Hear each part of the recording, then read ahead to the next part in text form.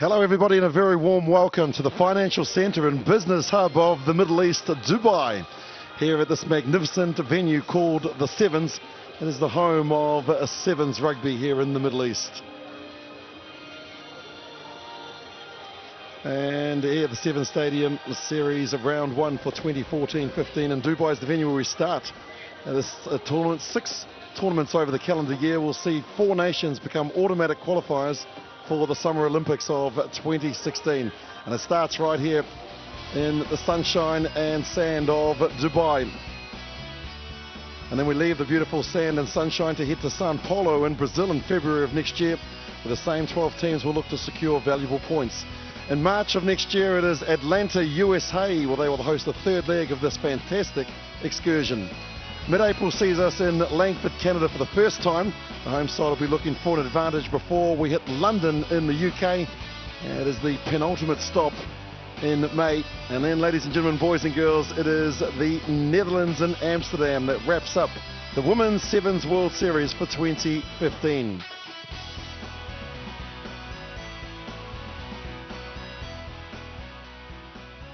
And let's now have a look at the pools here in Dubai. Pool A has world champions and tournament favourites New Zealand alongside Russia, America and China. Next, Pool B sees defending Dubai winners Australia, and they have Spain, France and South Africa. And finally, in Pool of Death, Canada, World Cup 15-a-side holders England, Brazil and dark horse hopefuls Fiji. The points available here in Dubai, in fact in all the 6 tournaments, the Cup winners will get the maximum points of 20, runners-up 18. There is a 3rd and 4th playoffs match, and the plate winners 12, all the way down to the 12th place team that will receive 1 point.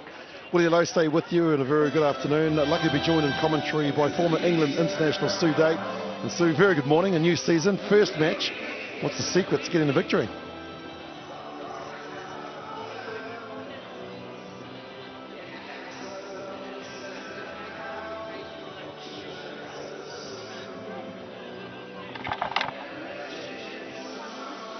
Yeah, they're really looking forward to that, and obviously the first encounter as well is going to be an absolute beauty. We've got 2 of the heavyweights. Australia taking on South Africa in Pool B. And let's take a look at the head-to-heads. Australia lead 2-0 in the series. They last met in Amsterdam of this year.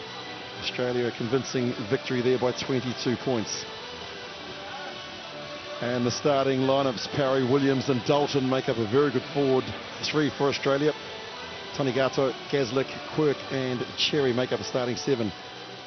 Haldenhays, Goda, Pina look really, really good, and so does Plaiki for South Africa. Who do you like the look of in this, Sue?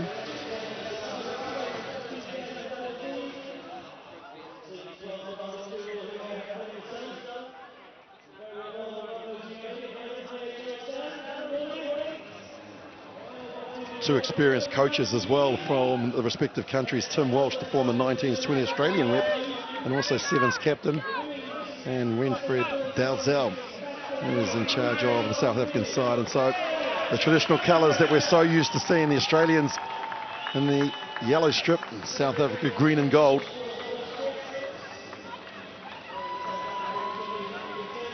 Another season of this magnificent tournament, the Women's Rugby World 7 Series here in Dubai. The Australians gather. Last messages, what would be said in the huddles here, Sue? What's normally the last message before kickoff?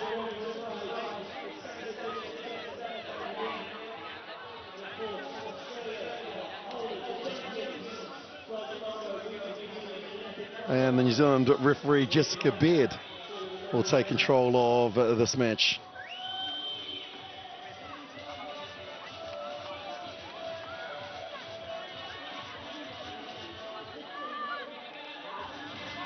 And so Australia will be playing left to right as you see it on your screen. Shannon Parry, Shani Williams and Chloe Dalton out to the left. Tanigato you can just see there alongside the kicker. We're underway, match number 1 in Pool B between these 2 proud sides, and an early mistake here from South Africa giving Australia an attacking opportunity. Yeah, exactly the start that South Africa didn't want. Great start for Australia, really good attacking position, but you know, early touches in a game like this, you just need to be sure, and unfortunately giving the ball straight to Australia. Ideal attacking opportunity here for Australia. It's a good feed, good pressure as well coming in, and so the Australians guilty of holding on to the ball. And South Africa dodge a bullet quickly in the game. Simmers wants to go on with it. That's terrific pressure from South Africa.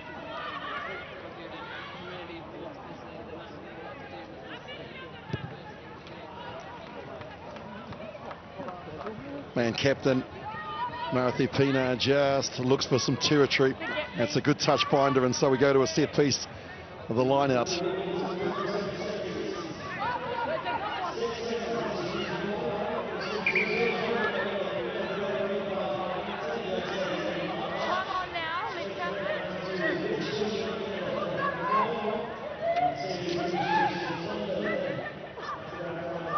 Going high and taking it beautifully is Gorda. And now they sweep around, an opportunity for the South Africans to bring the backs in. Just a little 2-3 cut there. Setting play up in the midfield. An advantage here for the Australians. And a turnover. Now Australia with possession. Getting it wide out to Tonigata. A lovely little ball on the inside. Sees Dalton go into contact. No clear release means that more possession, and another opportunity for the Australians. Tonigata wants to get on with it, and so they tap and move it. Stepping Gaslick with a lovely wide pass. Here comes try number one. Australia on the board through Alicia Quirk.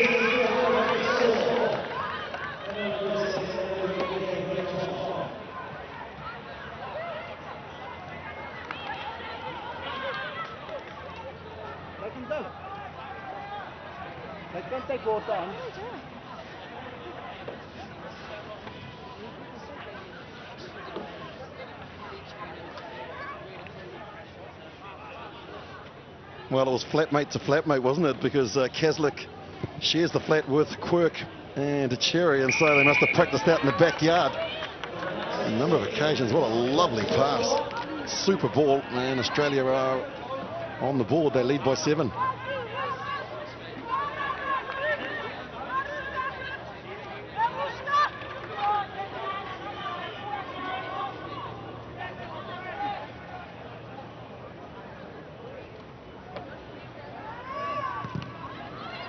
The restart from Australia. That one gets a bounce. That's dangerous. Inside your own half, but they have got possession, have South Africa.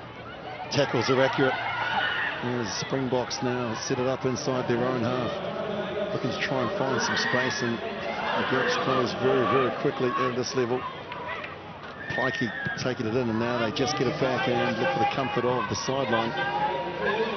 Great defence from Australia. Yeah, but it's all Australia at the moment, isn't it? South Africa managed to get the ball out, get the ball away, but it's Australia ball again. More pressure for South Africa to absorb.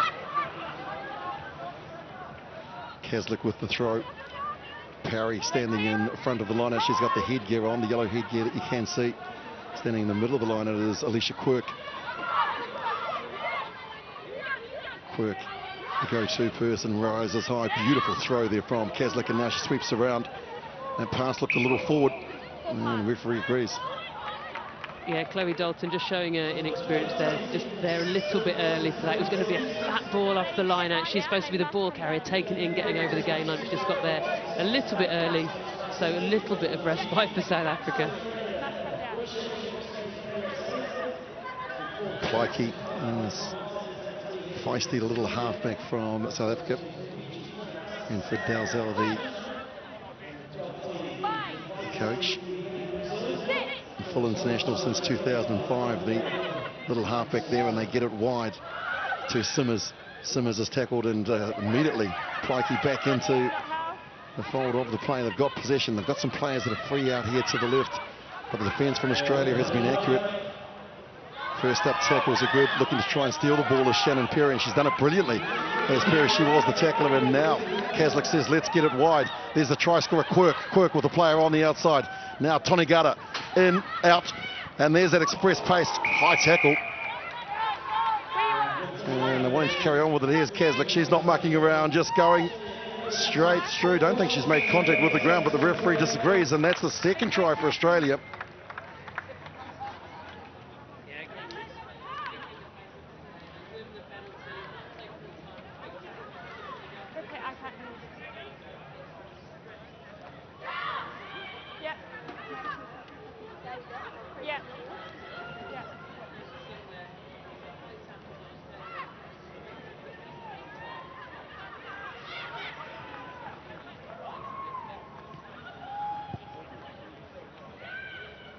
Good positioning from New Zealand referee Jessica Beard as well, awarding the try.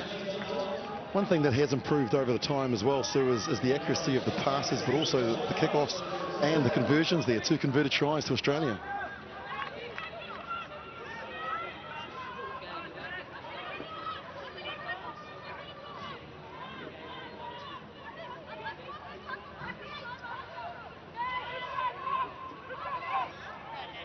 And of course, in sevens, the team that scores the try and actually kicks off and gives possession back to the opposition. Going and chasing high is Williams, the captain for Australia. Beautifully taken there by Grain, though. Holding on to the ball. What can South Africa deliver just before the break? Through the legs of Simmers, but she gets back and cleans up the ball. And now delivered from Halden Hayes. A lovely little dummy pass there from Brown, but she's caught still inside their own 22 are the South Africans. Cleared again, Halden Hayes. Another touch of the ball and a lovely little cut there, bringing in 2 of the Australian defenders. Halden Hayes has been good, actively involved. There's the siren for the end of the first. There's 7 minutes, trying to get on the outside of Tony Gata, but there's no way. And she's able to do that, and so another opportunity for the Australians. Quickly tapped. Here's Quirk. Quirk on the outside to Kaslik. Now the lovely last pass, and here comes try number 3. Brilliant play from the Australians, just getting it wide. And Chloe Dalton on her debut scores her first try.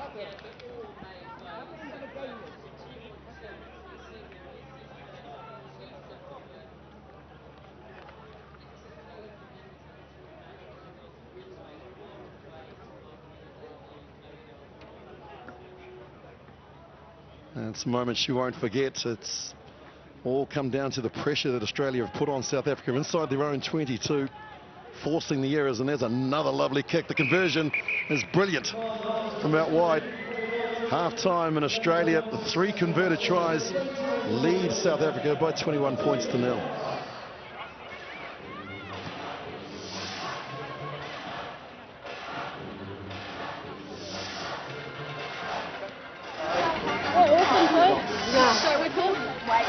Screening, girls.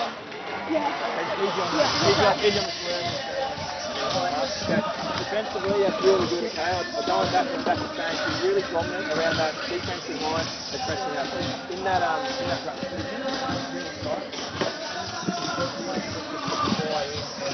step up and reload. It's almost like let them do it and then get up and do it like Karen said. It's not about they have to, okay, because they're paranoid about it.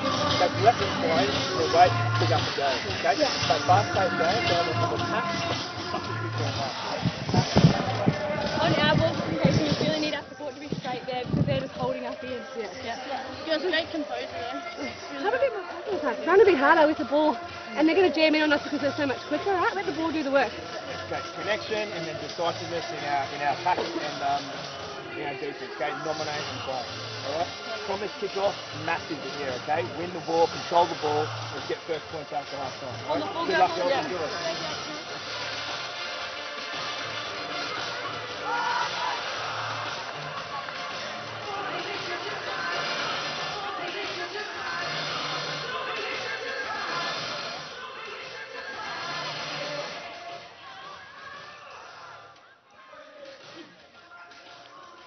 Three converted tries to the Australians. Chloe Dalton on debut, and Charlotte Kaslik and also Alicia Quirk. So comprehensive beginning from the defending champions who won Dubai here in 2013, defeating New Zealand by 35 points to 27. They also went on to win the leg in Brazil, in Sao Paulo, and averaging around 3.7 tries a game. And this could be a blowout though soon.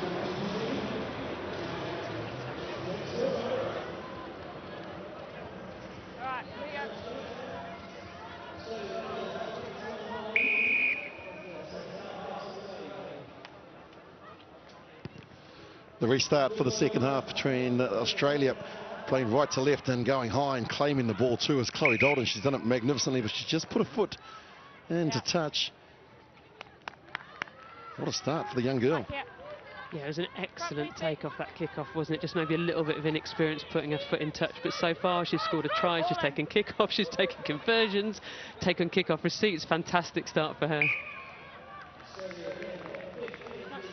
And not straight, so everything going Australia's way at the moment. Saw a shot earlier there of Tim Walsh, the Australian Sevens, former Sevens player, Reds in Super Rugby, and played at Petrarca as well in Padova in Italy before he came back in 2012 and decided to take on the responsibility of working with the Australian Rugby Union. We've got subs coming. And here comes Tiana Pinatani, athletics background, co-captain of the gold medal in the Youth Olympics as well, so what a class act to bring on. Yeah, she might be young, but she's experienced already. That Youth Olympics, you know, she was out injured for a long time before that, but really got a lot of experience back with that Youth Olympics, so much strength on the Australian bench. Kaslik with the feed, starting out on the left, and now they get running ball. Tony Gatto comes in on the outside and doesn't receive the ball, and trying to get on the outside is Emily Cherry. 230 points in 2013, the IRB Sevens Player of the Year. She just ran out of runway. Yeah, maybe a little bit of early season rustiness. You wouldn't ordinarily see that from a player of Emily Cherry's quality. You know, if you touch the sidelines, you're just giving the ball away to the opposition. She had Emma Tonigato running on the switch. They could have played her back in, could have stepped in off her left foot, but as it is, just gave the ball away to South Africa.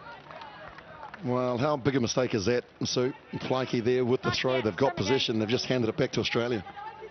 Yeah, and they've had so little possession, they need to make the most of it. The last two throw-ins now, not straight. Australia putting loads of pressure on at the line-out. That's what's causing the mistake.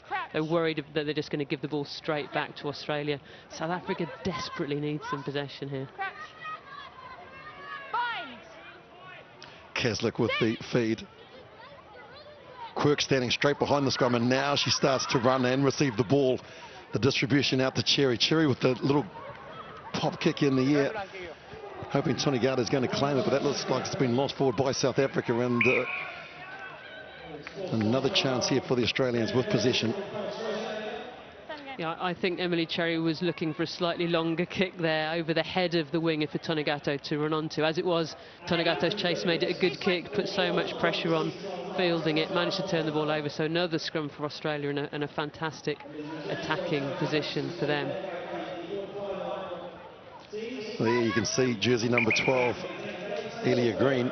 She scored an 80-metre try on the Gold Coast against Canada last month, and the World Rugby Facebook, they got 200,000 hits in just 2 hours. I'm not surprised. It was an absolute quality try. One of those standout players, you know, got the ball in a huge amount of space and just ran and took on every defender, including Magali Harvey, one of the best players in women's World Rugby at the moment. Are we good? Okay, we're playing. Time on. So Plaikey, after not finding the jumpers on a couple of lineouts, has been replaced as well. All Australia in the first 10 minutes of this game, the first of 18 here on day one in Dubai. Here's the person we were talking about, Green. She's got pace. Green on the outside. See you later. Green is gone. She's class. Not a bad first touch, is it? Leah Green gets her hands on the ball, puts on the afterburners, gasses round the outside, and nothing really South Africa could do there. It's so hard when a player comes on with fresh legs. You're tired, you've been defending all game. You look up and you see Leah Green in front of you, just powering her way through. Fantastic finish. Yeah, I'm a bit of a, a little things for me, Sue, and maybe she'll learn that in time. I know she comes from an athletic background, but if the ball should have been transferred in the other hand so that she could have defended with the right hand. But when you got gas like that, who cares? You can keep the ball in no hands. Absolutely right. As a former winger, I'm with you. You've got to tuck the ball under the arm, away from the defender, get that handoff out. She didn't need it there, though, because she just had so much pace. And look at that, 20 tries in her short career. Athletics background, Suva born. And she actually represented Australia at the World School Games in Qatar in 2009. So one of those superstars of the future.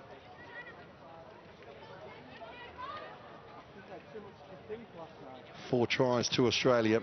And that's another lovely restart, giving the players a chance to get up. Her captain, Shani Williams, gets up and taps it back. Here's Pinatani. She's just come onto the field. Australia totally dominant here. Options both ways, and now it's Williams. Williams with the step, and now the power. The offload there to Turner. Turner sees that the sideline is there and very cleverly comes back in play, and now they've got some players out to the right. First touch here for Etheridge. South Africans now just swarming in, but there's plenty of opportunities for the Australians, both sides. And now they clear it. Advantages over 2-on-1. They'll score here. Australia in again. Amy Turner, the Tokoroa-born New Zealand Māori Sevens representative, scores try number 5. Yeah, the South African defence in 2 minds there. Amy Turner playing with her head up, looks up, sees the defender move away from in front of her, and in the end it's a very, very easy run into the line. She looks to make the pass, that's what throws the defender off, and then she just powers on through. Lovely, simple finish. So how'd you like to be Tim Walsh, where you make changes and all of a sudden you get an impact from the bench? Green comes on, she scores. Turner the same. And Australia running right here, 31 points to 0, 90 seconds remaining, and that's one of the first mistakes that they have made. Yeah, you're right. Tim Walsh has done so well to blood new players in the last year or two playing sevens, so that now he's got so much experience on the bench that whatever change he makes, they make an impact. They know all the team structures. They know exactly how to fit in. I like Simmers, and she certainly hasn't stopped trying. And South Africa desperate now to try and get something from a set piece. Norbelli, there's another new player that's just come onto the field, but she's tackled there by the try scorer Turner, who brings her down to the ground. And they're inside the Australian half. Patience required here from South Africa. There's just no way through this Australian wall. No surprise, they are the defending champions here in Dubai. They've got class right across the field. And Williams going in looking for the steal, but very quickly Simmers comes in to make sure that the ball stays there. Haldenhays, she gets it wide, and now it's moved by Brown. Brown out to Nobelli, and now they've got a chance here down the left-hand flank. That gap closes very quickly when Green is the defender. Second ruck now. Now the counter ruck comes in and the ball's been lost forward.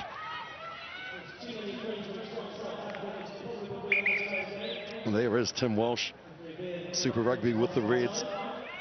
And in commentary we've got former New Zealand Sevens captain Carlton Anu, who said that Tim Walsh was a very, very good player. Went around him a few times, he says. Oh, only 2 and 8. 3 can stay. Right, from here. It's just been a brilliant all-round performance from Australia. And we saw there, they've been attacking very, very well, precisely, but then in defence, all over South Africa. South Africa has nowhere to go. Well, we saw that from the warm-up as well, and the Australians, they love this venue. 6. Along with New Zealand, they've pretty much dominated the World Sevens World Series, and they've got off to a perfect start, 31-0. Can they add another 5? Green is on the outside. She's got, oh, she looked up, just lost it forward to the Elia Green, and so not knocked on, says the referee. Now they play a little bit of hot potato between a couple of players, and now the grubber kick, or the high kick, I should say, from Quirk. Out on the outside. It's a foot race here. If it's controlled, it could be another try for the Australians. Some soccer skills coming into play here. Green will pick it up, and she should have too much pace here. The lovely fend from Green. Good tackle coming in from Brown. It was for South Africa. Entry incorrect. And so another opportunity for the Australians. Quickly taken by the captain, Williams. Now they get it wide.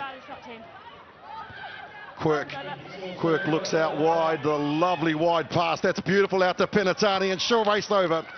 Another try for the Australians, a clinical performance. Try number 6.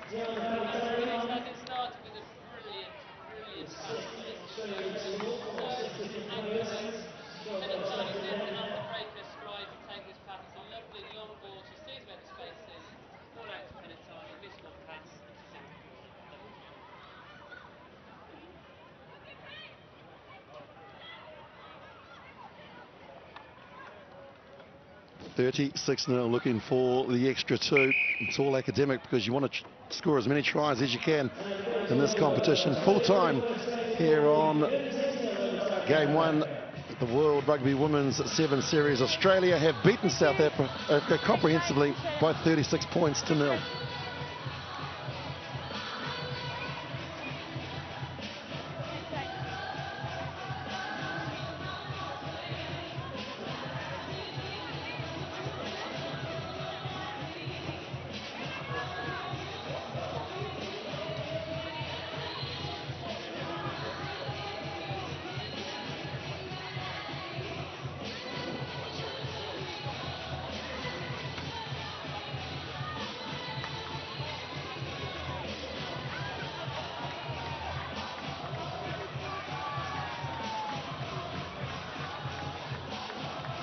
And so the page for the class of 2014 is started in the Dubai Sevens history books, this being, of course, day one of the World Rugby Women's Sevens Series. The nerves and expectations have been on the simmer for several months. I'm delighted to say former Silver Fern Melody Robinson is alongside me. Mel, it's a matter of keeping those expectations from going into boiling pitch, isn't it? Especially with the first outing.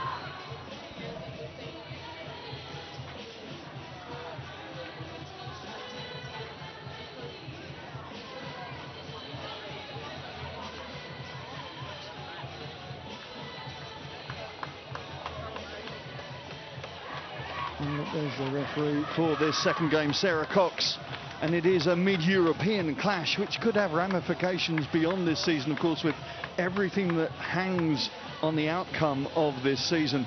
It could well be Spain and France competing with, well, it could be Russia, England for that European qualification spot for Rio 2016, but more of that later. A big chance to put an early marker down from both of these sides, having seen Australia demolish South Africa in that first game. It's now about settling into the game plan that the coaches have set up. And for Spain, it is a new coach, Jose Antonio Barrio, in charge for the first time. Biscarat immediately throwing wide to Ladanus, and she is a dangerous customer. 8 tries already in this series.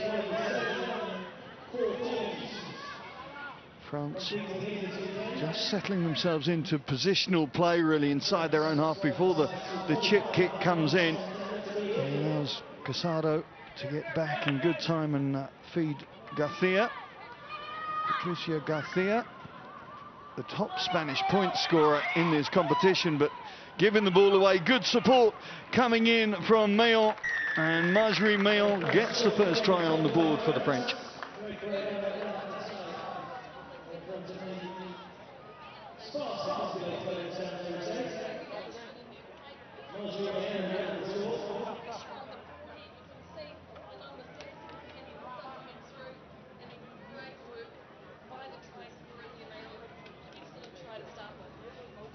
Yeah, I'm talking about the coaches and how they want to see their game plans being put into operation. There was a case in point of France just being pragmatic, methodical in many ways in the way that they moved up the pitch. Spain giving away possession, and as we all know, in the game of sevens, possession is 9/10 of the law.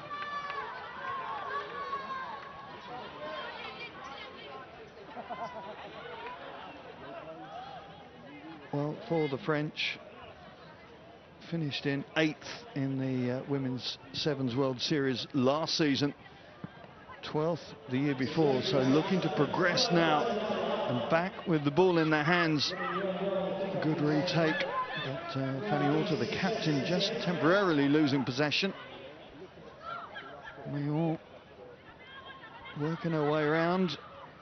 First up tackle's not stopping her at the moment. Izar feeds on, and here comes try number 2. It's all one-way traffic so far in these first couple of minutes.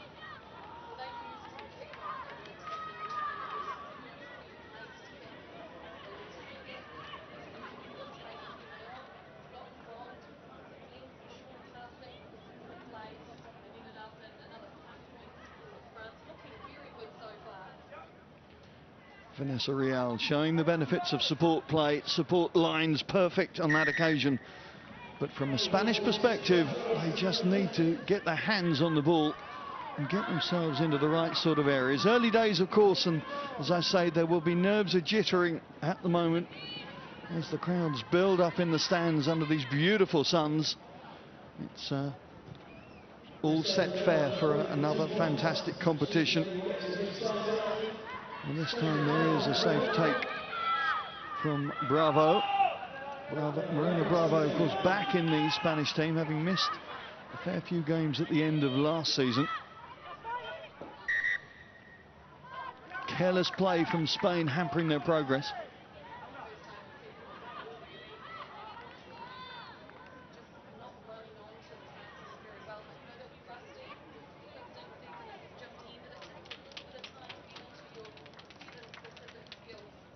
Yeah, fair point, Mel. They have just finished their regional 15, so the instinct that has to happen in sevens maybe not quite as honed as some of the other teams going into this first tournament. Penalty going to the French, and the quick take from Biscarat. And immediately France looking at those lines, and there's the support again. This time though, it just falls from the grasp of Rial. But those running lines, the support lines, are really in good position for the French so far. Liking what I'm seeing, indeed. All of the players they had in the starting side are backs, which is pretty interesting. So their skill set's quite high to tackle. Just a fear that, that happens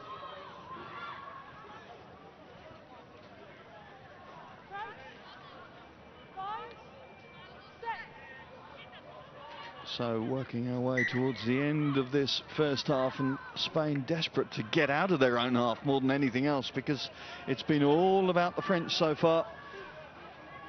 And David Courtet happy with his lot, you would think, so far. He's had the French in camp in Marcoussis in the National Training Centre since September, pretty much a good couple of months.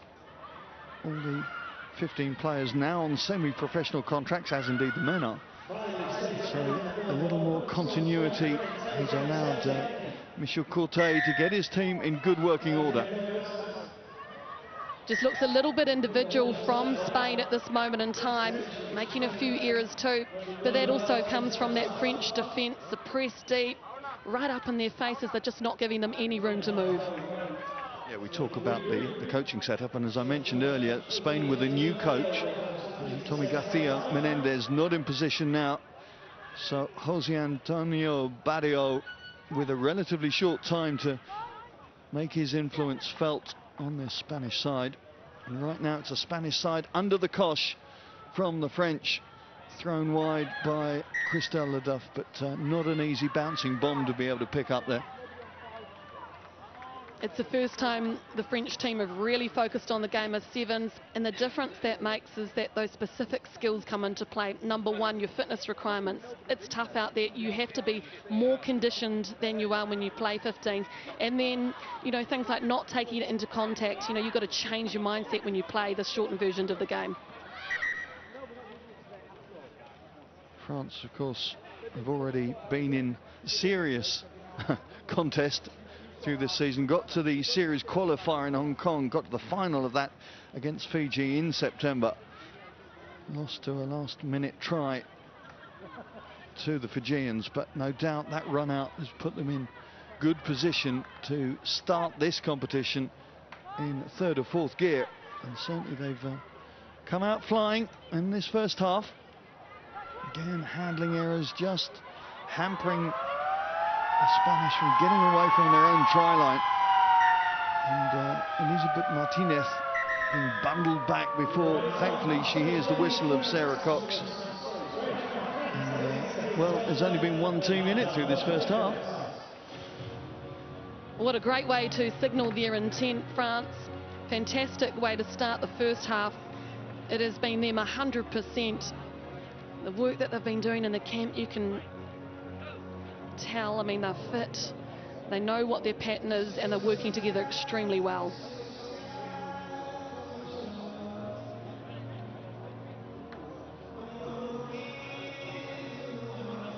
C'est bon, tout le monde est là? Vous m'écoutez?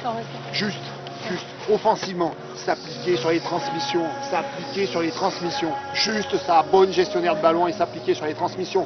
Il faut marquer plus, il faut qu'on mette plus de rythme, il faut donner plus de ballon, d'accord? Et en défense, c'est très bon sur les phases statiques, vigilante sur la règle,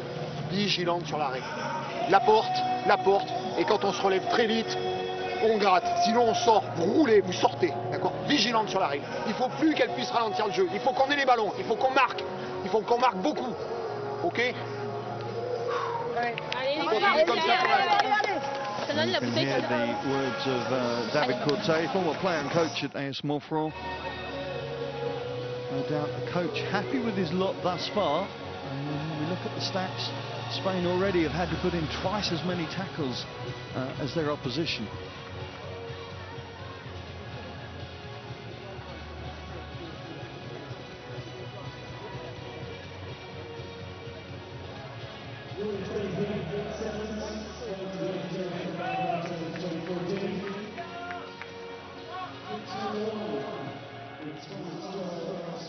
So 2 tries already in the bag for France. And no wonder the players are smiling. And I have to say, from memory, Spain haven't been in opposition territory at all yet in this game. And really now, from this restart, critical that they execute, compose themselves. But there's a wonderful tap back, and immediately it's France back in possession. Mayon coming back out to this near side wing, having executed that return from the restart. Arsenal, very impressive in the Women's Rugby World Cup in Paris during the summer, as a number of these players were, of course. The combination between 15s and 7s more evident perhaps in the women's game than it is in the men's, but the skill set is very, very impressive as they throw a pass into touch.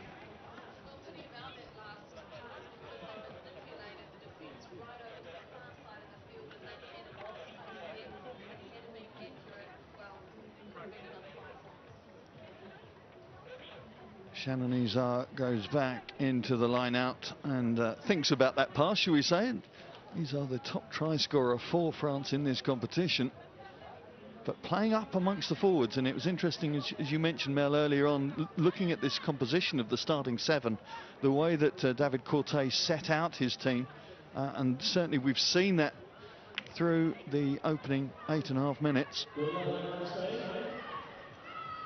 Spain trying to get the ball out wide, but precision of passing not helping them. And France happy to set that white wall inside the Spain 22, forcing them to run from deep.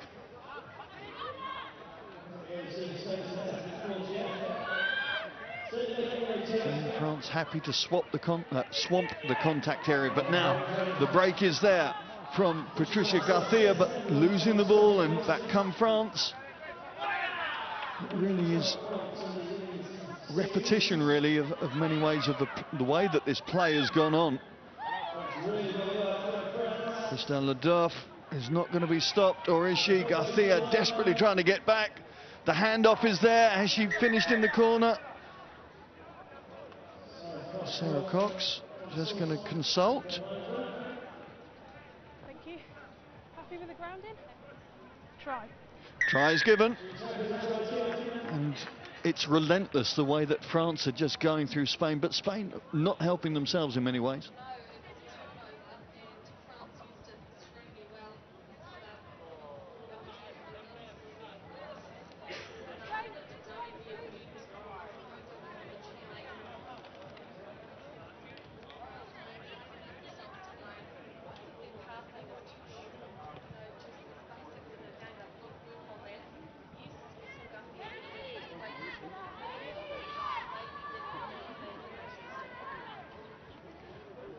So the third try is on the board for the French. 4 minutes left in this first game. And having seen the way that Australia came out of that blocks in that first game, David Corté is just going to be thinking, well, we're in about the right gear now, I would suspect. Midway through their first outing. A knock on from Marina Bravo.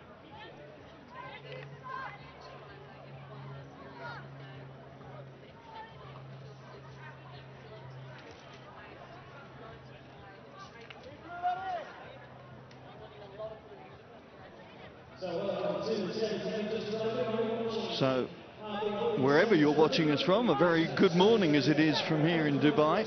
Make sure you join in the conversations going on Twitter at World Rugby 7S, hashtag Dubai Sevens. Indeed. For more information, have a look on worldragby.org, the new World Rugby website, such as it is with Sevens and the Women's Sevens series. All the latest info and interviews and analysis will be up on there, but make sure you give us your thoughts on Twitter. Interested to see what you're thinking of these first 2 games that we've seen in this series. Casado desperately trying to get a team, I think, out of their own half. It has been 2 paces, if that, and again the Spanish give possession away, and again The French make the most of it. Shannon Izard on this occasion, and that's 4 tries, and really the scoreline tells the story.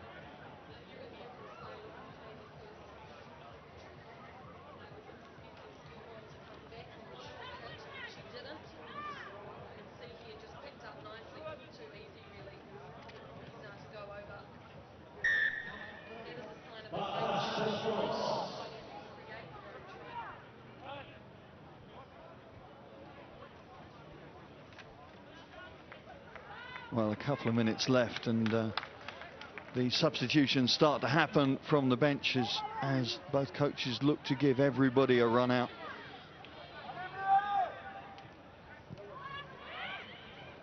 The restart from France, and again they work hard to get into position.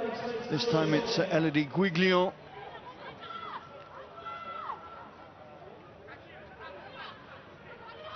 Passing just holding them up at the moment, but hanging out wide is Lina Guirin, and she works her way back in. She has got a number of opportunities on this near side.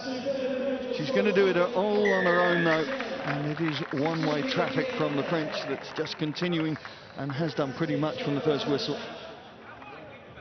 Well, it was a beautiful pass first to get it out wide to Guirin, but then individually she created everything herself. I mean, look, just a bit of a swerve there, ball under one arm, another swerve, beats the opposition, the sweeper. So she's beaten 3. This is number 4 over the try line. Really great individual work from the fresh legs. And the effect of first up tackling being exposed there critically, but understandably Spanish bodies and minds heavy, and maybe just hoping for that final whistle now, because this game is over. Be interesting to see how this pool opens up, and obviously we've seen the 2 favourites from the pool, France here and Australia in that first game, but tactically very different in the way that they played the game of sevens, and we look forward to seeing that one later on in the day. Well, a last chance maybe for Spain to get into opposition territory. Well, that box is ticked as Irina Schiavon works her way in, but then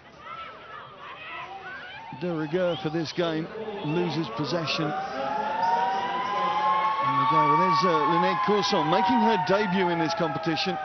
You can't miss her. She's probably the tallest person in the comp at 6'1", but there goes the full-time whistle, and it's an emphatic victory to start this tournament for France, 31-0.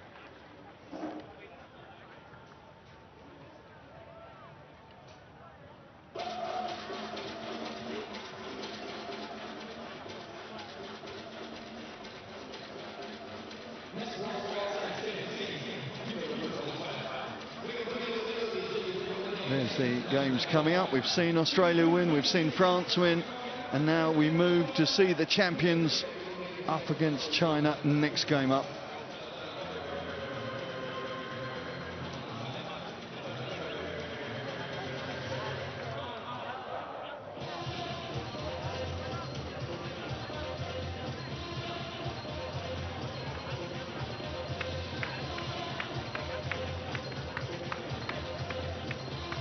Welcome to the worldwide audience watching this from the Sevens venue, the home of Sevens here in Dubai, leg number 1 of 6 for the Women's Rugby World Series. Lucky enough to be joined by Blackburn and Silverfern as well. Melody Robinson and New Zealand first up. They've never not beaten China. In fact, there's a difference of 105 points to 0. What chance do you give the Chinese? Well, they've mixed up their squad in the last couple of seasons. They've brought new players through. We know that, you know, population-wise, I mean, China could be a sleeping giant, no doubt about that. As we look at the points available in this first of 6 of the women's legs in the 2013-14 season, obviously the cup winners will get the 20 points, plate winners 12, bowl winners 4, and they're crucial because it is the top 4 teams that qualify for the Olympics in 2016, and then with a host of other qualification tournaments. But first and foremost, they've got to win points here. And obviously, Mel, the first game up for the defending champions New Zealand, that's of the series. They lost here last year to Australia, so Sean Horan, what's the mindset heading into day one, game number one as well? Well, for him, that was a big learning experience last year, because he made a lot of substitutions early in the second half against Australia. They turned around, absolutely took New Zealand out. So I think that he'll know that he should be playing his top team as often as possible. And there are your pools. And I'd have to say Pool C, extremely tough, very competitive, because Fiji also, well, they can upset anyone on their days. Well, we know they had victory against England and Hong Kong. In fact, it was Guangzhou where they did have that victory. And here is the head-to-head. New Zealand taking on China in Pool A here in Dubai at the Women's Sevens World Series. They've met on 3 occasions, and it hasn't been a happy hunting ground for China. Hohepa, Weber and Goss. Therefore, New Zealand, Tui, Nathan Wong and Brazier, along with Portia Woodman.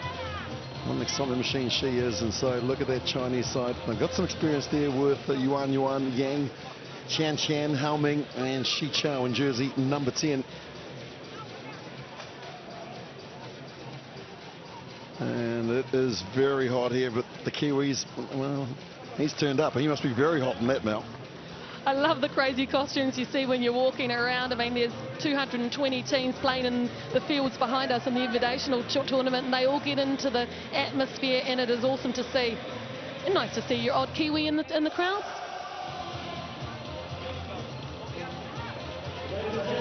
And New Zealand to the left of your screen, China to the right. The powerful All Black 7 strip with the new black jerseys that were just released earlier this month.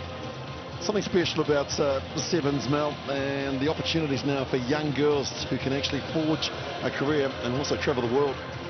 There's been a 12% increase in women's play in New Zealand, and that's not even counting half of the Sevens players because they're not actually registered. So it is huge, the growth in this game across all countries worldwide. And the referee, James Mbolombu, in his 12th match in the World 7 Series. This is on the women's series. Over 150 to the Fijians' credit on the men's series. And so quality referees as well being used here in Dubai. Warm conditions.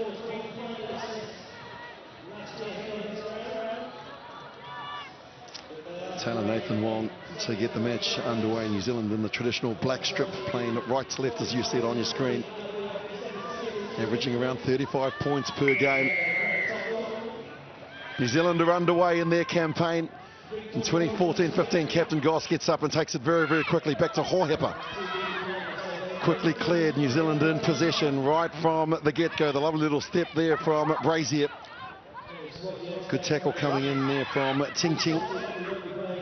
And New Zealand look down the left-hand flank, but that gap closes very, very quickly. So running wide goes Jordan Webber.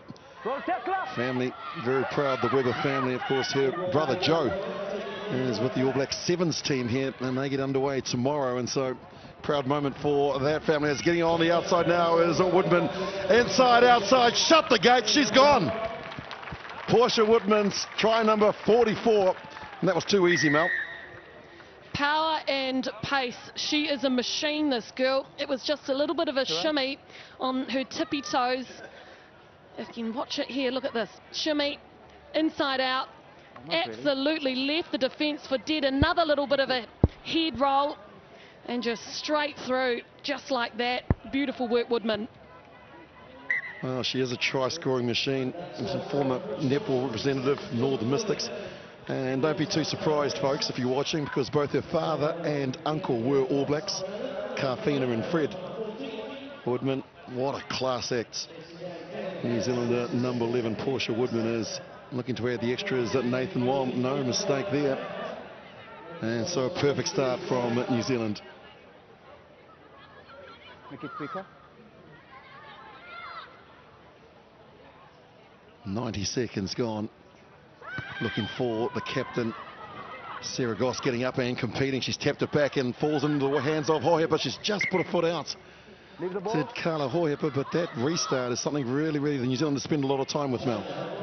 It really is. You can see it's perfectly placed, and with chasers like Sarah Goss and Carla Hohepa there. Don't forget Hohepa, she was the IRB player of the 2009 Sevens tournament here, the Sevens World Cup in Dubai. She's been around for a while. She used to be a winger, now she's a prop. What a great player to have at your disposal. Well, she can pretty much play anywhere. That's a lovely throw, accurate from Lilian. But they're going backwards the Chinese, and the New Zealanders no clear release, and so tap and go, but not from the right mark by Chao Ming. Stay there. So we'll just bring it back as the Fijian referee, James Mbalombu, asked the New Zealanders to take another step back. Chao Ming running left, and then they've lost the ball forward. Brazier has it now. Chao Ming coming back in for the tackle. Yuan is there as well. No real advantage here for New Zealand, but a good attacking opportunity from the scrum. Well, I actually liked what China were looking to do there, because Yuan actually came in on a different angle for the short ball. If it had connected with her, she'd hit a hole. So I like the pattern that they've tried to put out in just that short amount of play. Well, threats right across the park here for the New Zealanders.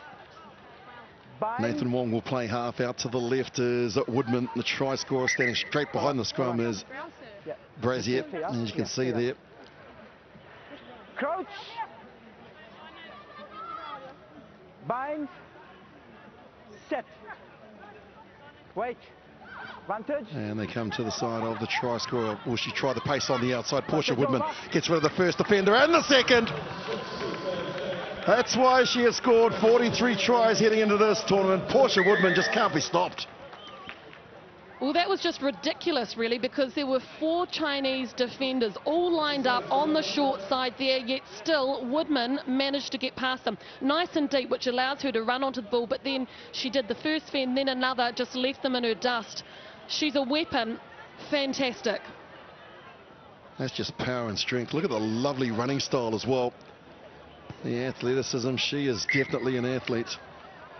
And you think about this sport now, part of the Olympic family in 2016, Mel. I was actually lying in bed this morning and just thinking that they're like the heptathlons, aren't they? Heptathletes. They've got so much power that you need in the 10 disciplines, and these athletes here are just truly sensational.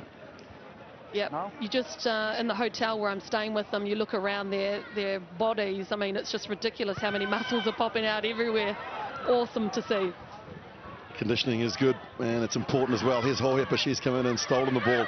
Now looking for the counter-ruck, but they've got the advantage of the penalty. Goss, the dive pass, the old halfback dive pass. Now Nathan Wong gets it wide to Woodman on this occasion.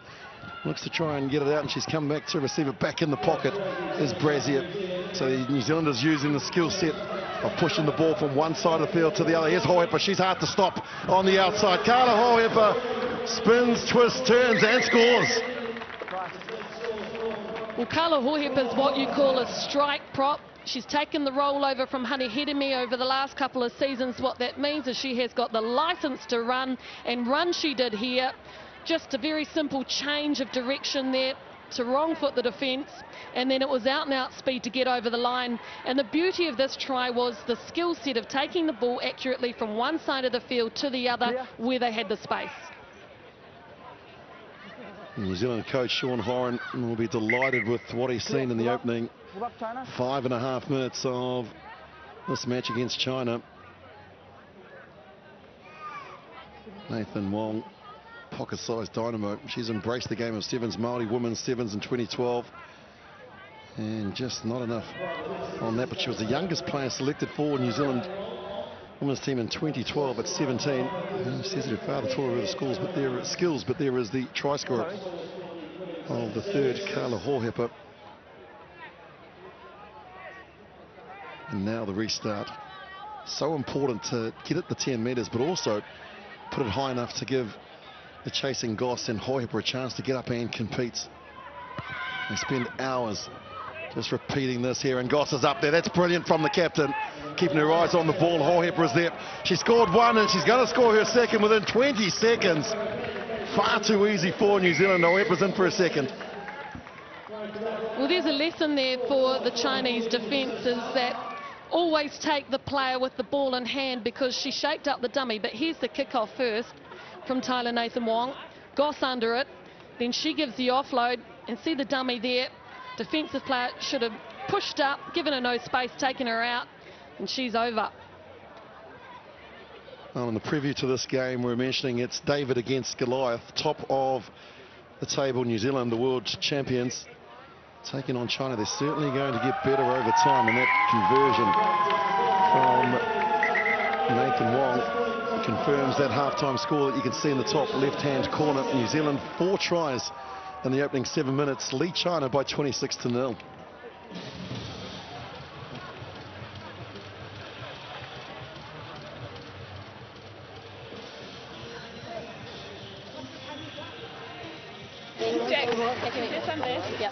Just come in, girls, come in. Dossie, how are we? Set piece? Set piece is going really well. We're putting heaps of pressure on them, especially those kickoffs. Yeah. Awesome. Girls, what can we get better at 103s? What do you reckon? Probably, yeah. The third person getting there quicker. Yeah. Sometimes you're not too sure who it is. So and that's just that comms, that black or that white, you know it's either in or out, but the space is actually out wide. They're jamming really hard on us and they're quite narrow, A-tie, so the space is out wide. What's our defence like? Pretty good with what we have, Dave. Yeah. Yeah, we've really got off and shut. Yeah. And then the free kick one was good too. We stayed connected and went forward. Decisive girls, that's all I want. You start to get your confidence, girls, go to space, then start to play, eh? Let's fringe them. Just watch their short balls. Good girl, well done. Awesome start. Sisters on 3. 1, 2, 3. Sisters!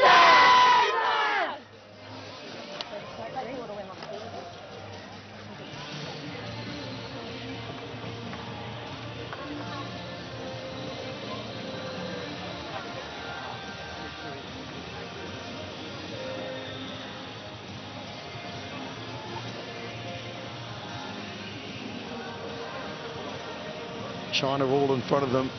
New Zealand 4 tries, leading 26 points to 0. And Mel Robinson, what's your assessment of New Zealand's first half performance? Well, you can't criticise it, that's for sure. I mean, have they even made an error? And you've seen a couple of new things, like attacking the short side a number of times rather than just going wide to wide. So a bit of variation. Chao Ming gets us underway for the second 7 minutes of this encounter. Game number 1 in Pool B for these two sides. New Zealand in possession, pushing the ball. Woodman now just releases it out to the player that was free on at the outside, prepared to step and then accelerate, holding on to the ball. You can see the heavy traffic there. That's one of the newer players, Ruby Tui, that's come on at the break. Nathan Wong gets it wide and offloading there. Webber getting it out to her captain, Goss. Here getting a chance to Scanlon, her first touch of the ball. Charlotte Scanlon, she's got the pace and the power. Just been tripped up there. She looked on the inside. Now she's going to push off another defender, and just like that, on debut from the Auckland NPC side, first touch of the ball, first try. Welcome to International Sevens Rugby, Charlotte Scanlon. Charlotte Scanlon is a big ball carrier. This is a young lady that always carries it up. This is a role they'll use her for sure. No tackler there, so she didn't have to release the ball when she went to the deck. And look, just power through that defence, and very easy in the end. Now in her bio, she said that the biggest influence in her career so far has been Linda Aitunu, and of course no Linda Aitunu, Chelsea Ali, Hidiana Manuel and Kayla McAllister. I know, so well, what a player Linda Aitunu is. Well, Scanlon's actually taken Aitunu's place because Linda Aitunu is not injured, so talk about competition in this New Zealand team. The depth has increased.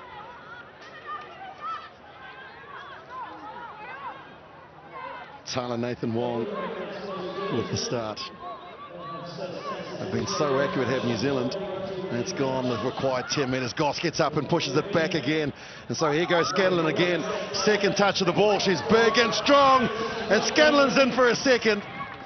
It's doubles all round for New Zealand. 2 to Holhepper, 2 to Woodman, and now 2 to Scanlon. What a way to kick it off your career with the New Zealand Sevens team. 2 tries first up.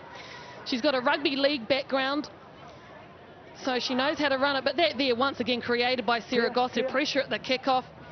Okay, she beat 2 players through and pretty much scored in the same place that she got her first. Well, I can bet you that Linda Aitunu will be watching this at home. Hello, Linda. Hope you're enjoying the coverage. And yeah, the lady that's taking your jersey is doing a brilliant job.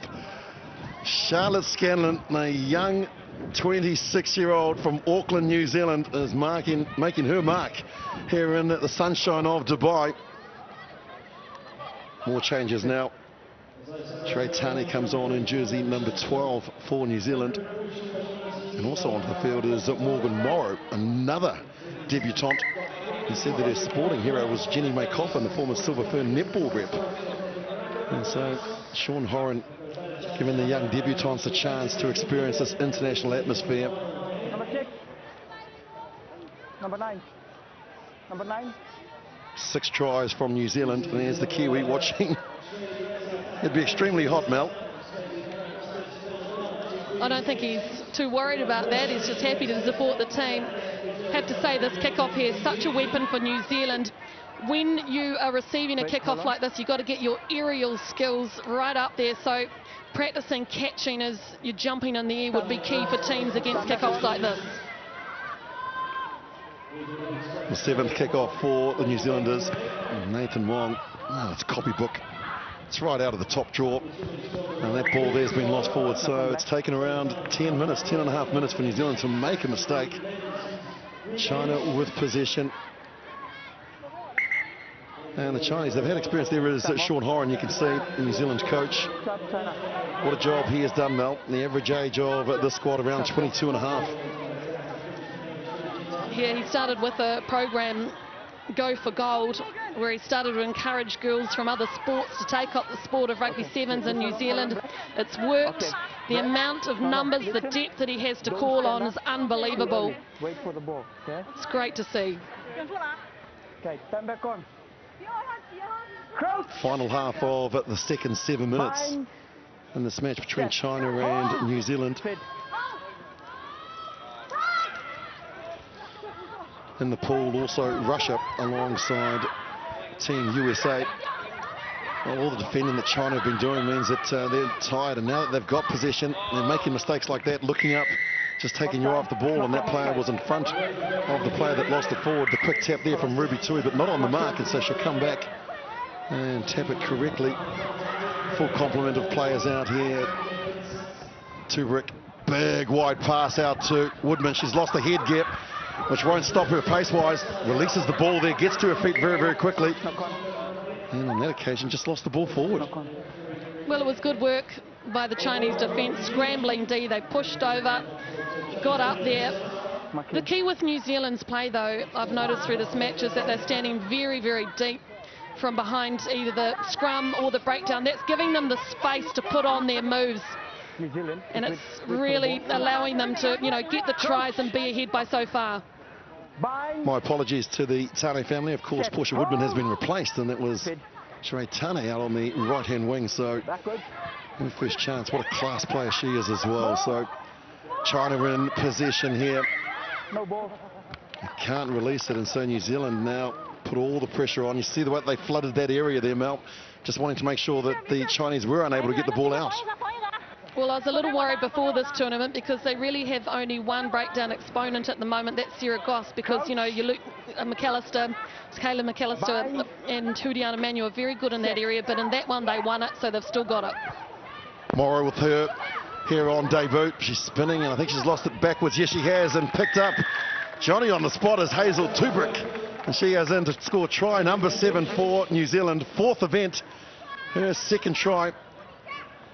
And the girl from South Auckland scores the try.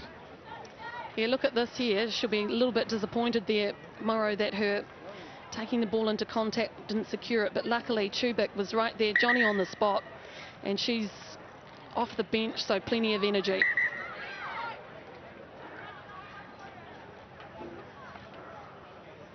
That's the difficult angle that Tyler Nathan Wong has to try and push us out to 45 points. The last time these two teams met was in Guangzhou, where New Zealand beat them by 50 points to 0. Not a bad strike, but just unable to bring the ball around. And so we enter the last 60 seconds of this game between the heavyweights, New Zealand and China. Obviously, they'll be trying to get another 7 points to match the 50 they scored some 6 months ago. I don't think teams ever think about scores like that. They're just thinking about performance and making sure their pattern, they're sticking to it. and trying to make as few errors as possible.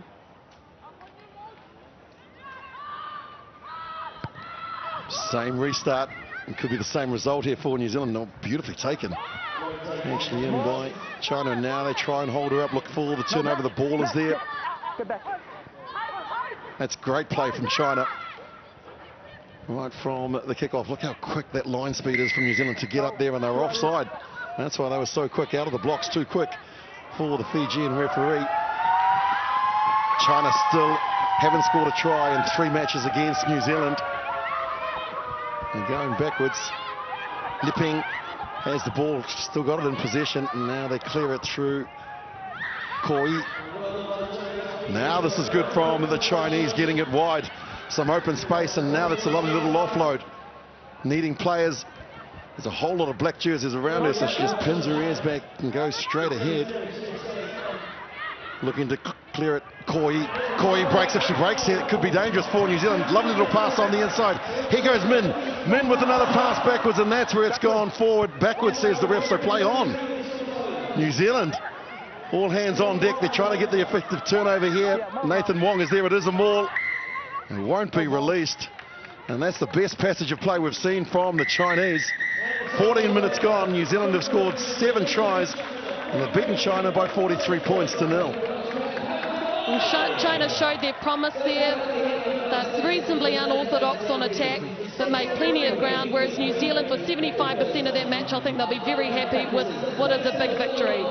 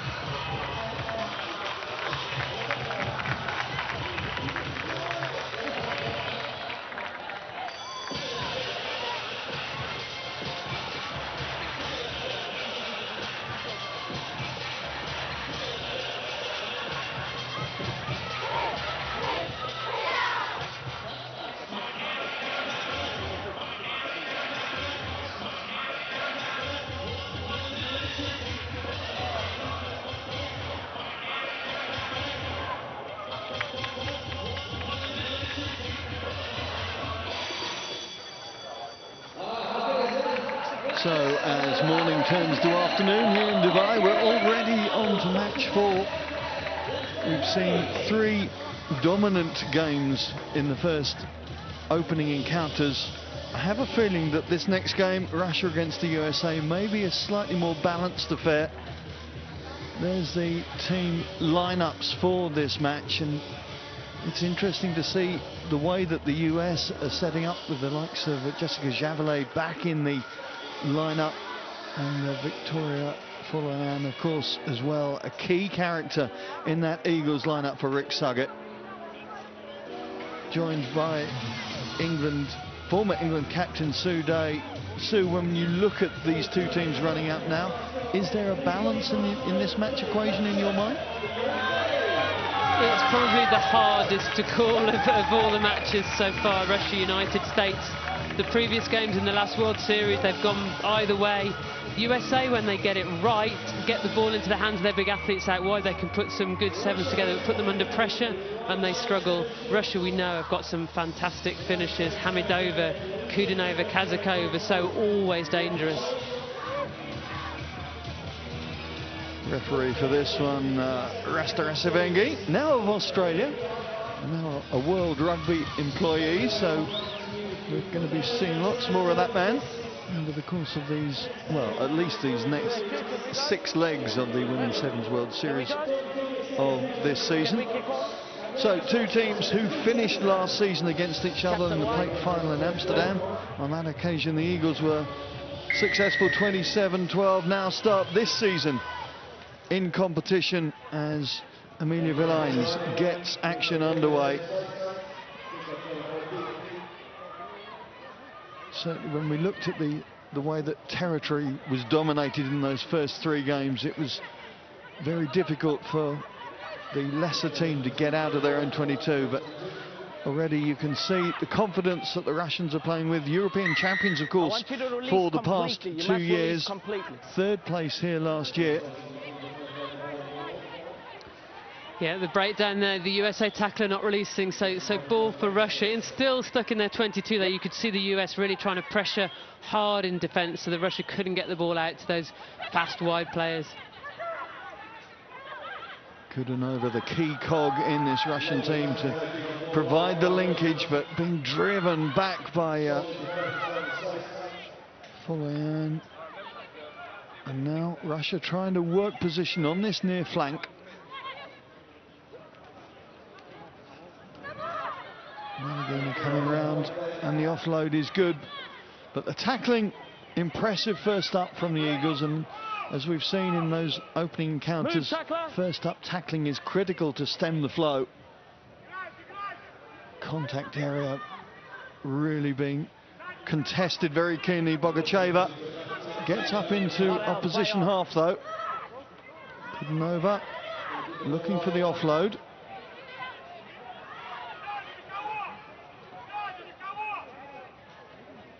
Again, you can see how hard those USA girls are working. This time it bears fruit for Layan. Working her way down the left flank, swats away one tackler, outstrides Bogacheva, and Victoria Folayan gets the first try of this competition for the USA. Yeah, real masterclass from Victoria Folayan so far. When she gets the ball in a bit of space, she is very fast and very powerful. But goodness me, prior to that, she's put in 3 or 4 tackles, real wrap-up tackles that have helped USA play this Russian offloading game. But then a little bit of ball in space from Folayan, and she makes it look very, very easy. Top points scorer and indeed try scorer for the Eagles last year. I'm sure she would want me to mention, and feel duty bound to mention, Gillian Potter, who many of you will have heard was diagnosed with a rare form of cancer, undergoing chemotherapy. Gillian, I hope you're watching this coverage now from everybody in the commentary box, and I'm sure everybody at this event. We wish you the speediest of recoveries. You'll no doubt be happy with the start that your team have made, and now they've got their mitts on the ball once again. The Lions getting the support of Kelly Griffin on the clear out. The pass to Javelet now. We know what this girl's about. She only appeared in, I think, 2 legs last year and scored a whole hatful of tries. Had to disappear to her hockey field commitments later on. But now back, Lauren Doyle just running out of room on that far flank. Yeah, Lauren Doyle very well watched there by Baizat Hamidova. We haven't seen Baizat Hamidova with the ball in hand yet. We know what a fantastic finisher she can be, but yes, you're right, Jessica Javelet was so exciting to watch last season. Stay in, yep. Yeah, you just got to stay in. Hamidova, who missed the last leg in Amsterdam the end of last season. Sister Navrat played that one. Both similarly physical, similarly competitive. There she is. The bouncing ball favouring the USA, and it's Alec Kelter who's gone over to profit from that handling mistake. I mentioned Russia are playing this offloading game. That is a very, very dangerous place to play the offloading game. If you're going to offload in 7s, you need to be 100% sure it's going to the hand of your supporting player. You can't afford to throw possession away at the best of times, but to throw it away right there in front of your try line to Kelter, big error. Well, Alec Kelter's only been playing 10 months. It's an easy game, it must be. Even finishing with the splash, having sorted out a try splash to celebrate the game. And that man there, Pasha Baranovsky, not very happy with his charges so far. A big character in every sense of the word. He's almost as entertaining to watch as his team sometimes. The passion that he brings to the game is phenomenal. His team not quite reflecting that yet so far today. Well, this team trying to work their way out of their own 22. And suddenly there is space in front of them. Bogacheva trying to make sure that ball is released, gets support from Kazakova. Again, good tackling coming in from the USA team, but still the possession is there for the Russians. Looking to peel back onto this near flank, and there's a piston of a handoff from Malagina. Support coming through from Bogacheva. The passing, though, not quite accurate enough to allow that attack to continue. So Petrova and Malagina have to try and reset things. Thrown wide to Hamedova. Now this lady, well, she's got nobody in front of her on this occasion. I was going to say she's got plenty of speed. She didn't need it. It was an amble over for that one. Watching from the sideline, you could see both teams getting more and more concertinaed around the breakdown, and you could see Hamedova looking out there in about 50 metres of width. That's why Victoria Falayan ran up out to the line there, desperately trying to stop the ball getting as far as Hamedova, because she knew if it did, this is what would happen. She's such a good finisher. 18 tries last season, 1 try this season for Baizat Hamedova. And critically, before half-time, the Russians getting on the board. And something that could influence the team talks, I suspect, coming in the next 25 seconds or so from this restart.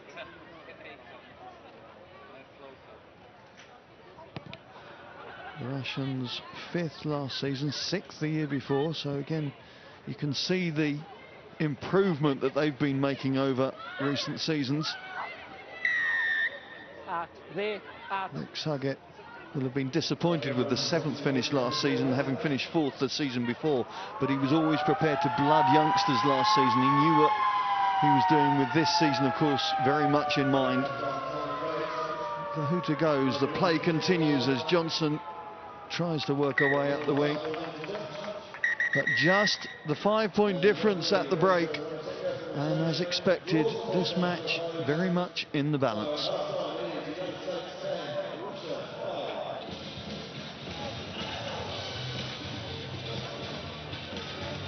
How are you, fella? Do you break front? Break cross front? No. Yeah, anything your side? Anything your side? Смотрите, вы должны сыграть элементарно. Если они отбрасывают мяч, то значит начинаете всех крыть. Если они строят тракцию, вообще враг сейчас не лезет. Второй только может забирать мяч, понимаете? Второй, если есть ближе, забирайте мяч. И опять враг по 4 человека начали забираться. Девушка, я понимаю, тяжело первая игра, но настройте. Настройте.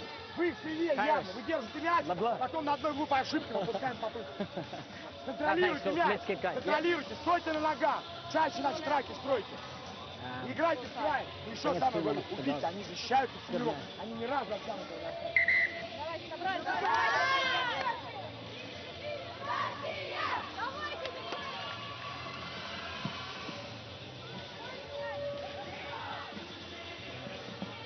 So the team talks are done.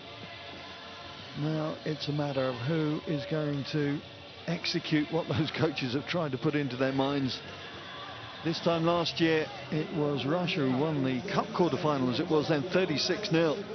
You can see it's a very different encounter this time. Black. White.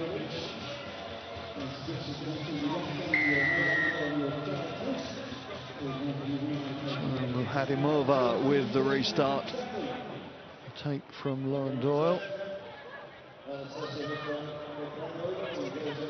The awareness seems to be a lot better, Sue, in the way that the Eagles are looking for space, and the confidence to hold on to the ball and work the position. It seems to be a marked improvement perhaps on last season. Yeah, I'd agree with that. USA have got some really good athletes, and they need to get the ball into the open spaces at the right time, and today so far they seem to be doing that a lot better. Been in camp in Alaska recently and then headed over to Fiji to play in the Coral Coast Sevens. Got to the final of that tournament. It's a definite maybe from the official on this near side. It's going to end up being a line out to Russia. They've got two teams here, in fact. There's a development team playing in one of the invitational tournaments out on the back pitches, allowing Pasha Baranovsky to mix and match to a certain extent and maybe have a bigger squad with him to work in preparation for this season.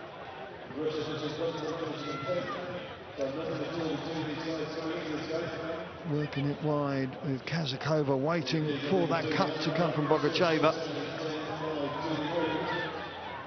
A set play off the training paddock, not quite coming to fruition there. No, both teams at the moment, the handling's just not quite precise enough. USA over on this side of the pitch just now, Russia over on that side of the pitch. They've got great athletes out there, but they're not getting it to them. And interestingly for me, USA have got possibly the fastest player in the World Series, certainly one of them, fantastic finisher, Jessica Javelet, standing in, playing in the fly half first receiver position. When she gets the ball in space, she's almost unstoppable, but she's rarely getting the ball in space because she's right in the middle of the pitch at the moment. Javelet, an international hockey player, played professionally in Germany for a while, also played American football, only been playing sevens for a year, one of these crossover athletes that is to the man of ball, whatever the ball, puck or otherwise. 11 sub. Substitution starting to take place now for Russia as Seredina comes on wearing the number 2 jersey. Front back on. Okay, crowd. Fine. Sick. So Kudanova feeds the scrum and gets the ball shifted out back, but you see how America pressurising the ball carriers so quickly, forcing them back and just testing the composure of the Russian side. Hamidova coming further infield to look for possession. Now it's moved out, but Bogacheva with nowhere to go. And the American efforts in defence again paying dividends. Yeah, Falayan out there at wide with the last tackle. It wasn't a pretty tackle, but she very, very rarely misses them. There was no way she was going to let Bogacheva past her. Now, a bit of US possession here. What can they do with it?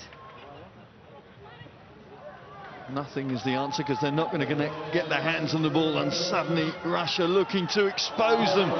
Great work from Petrova. The hitch kick as well. Falayan has her eyes set on the target and brings her down. That was a tackle that needed to be made from the USA number 7. But the Russians are up in opposition territory.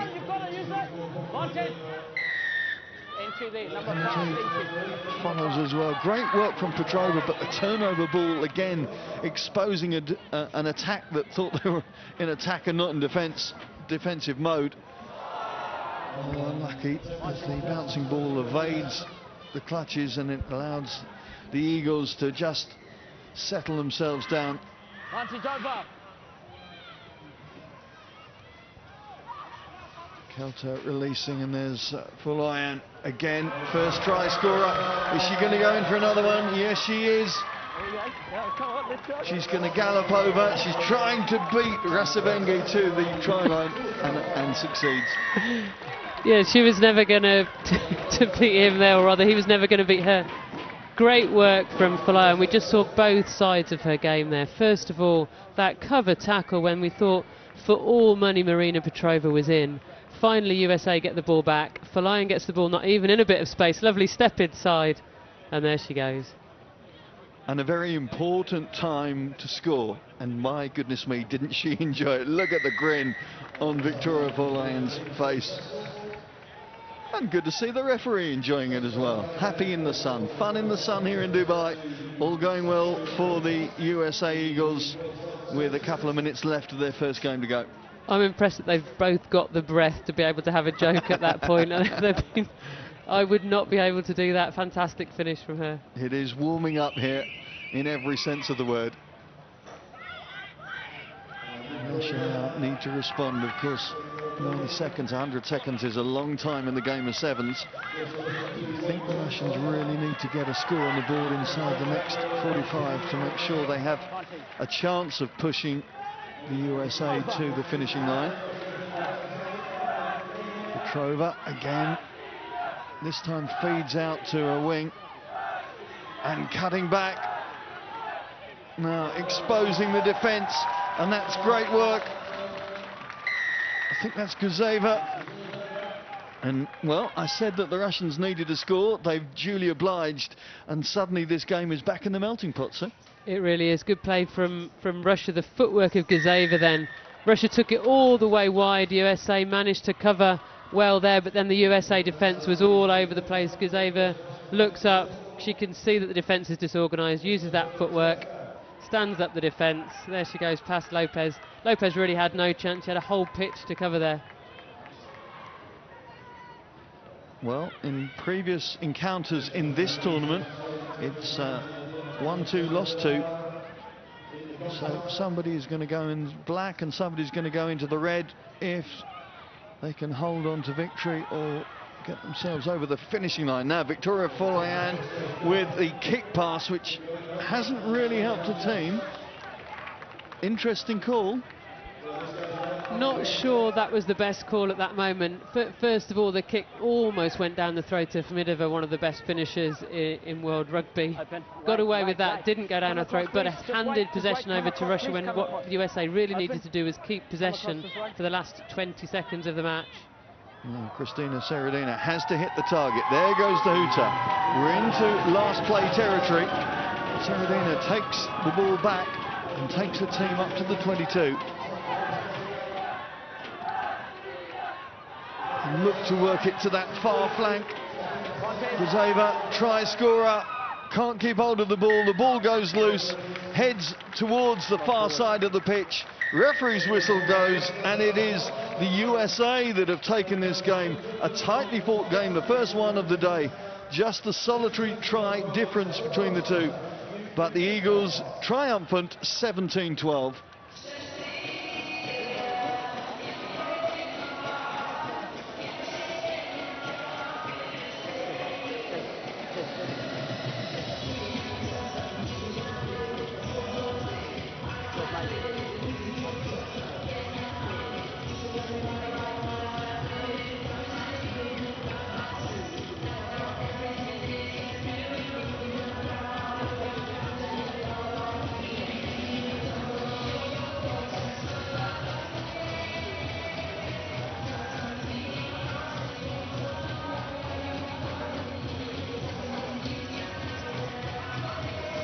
Plenty of games coming up for you to enjoy here at the Women's Sevens World Series. Earlier, Australia too good for South Africa. France beating Spain, New Zealand comprehensive against China, and then a close match there